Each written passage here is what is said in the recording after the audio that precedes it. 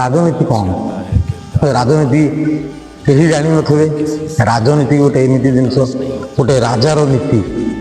ଗୋଟେ ରାଜା ଖାଉ ନ ଖାଉ ପ୍ରଜାମାନଙ୍କୁ ଖାଇବାକୁ ଦେବ, ପ୍ରତି ମୁହୂର୍ତ୍ତରେ ପ୍ରଜାମାନଙ୍କ ସହିତ ସପୋର୍ଟ କରି ରହୁଥିବ, ପ୍ରଜାମାନଙ୍କୁ ସପୋର୍ଟ କରୁଥିବ, ସେ ହେଲା ଗୋଟେ ରାଜା। କିନ୍ତୁ ଆମର ଓଡ଼ିଶାରେ ଚାଲିଛି ରାଜନୀତି ନୁହେଁ, ଏଇଟା ହେଉଛି କୂଟନୀତି। ଏବେ ରାଜାର ନୀତି ଚାଲିନି, କୂଟନୀତି ହିଁ ଚାଲିଛି।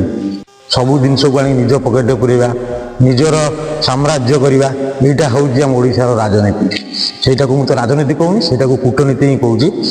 ଦେଖାଯାଉ ବିଜେପି ସରକାର ଆମର ଆସୁଛନ୍ତି, ଦେଖାଯାଉ ସେ କ'ଣ କରୁଛନ୍ତି, ରାଜନୀତି କି କୂଟନୀତି କି କ'ଣ କରୁଛନ୍ତି।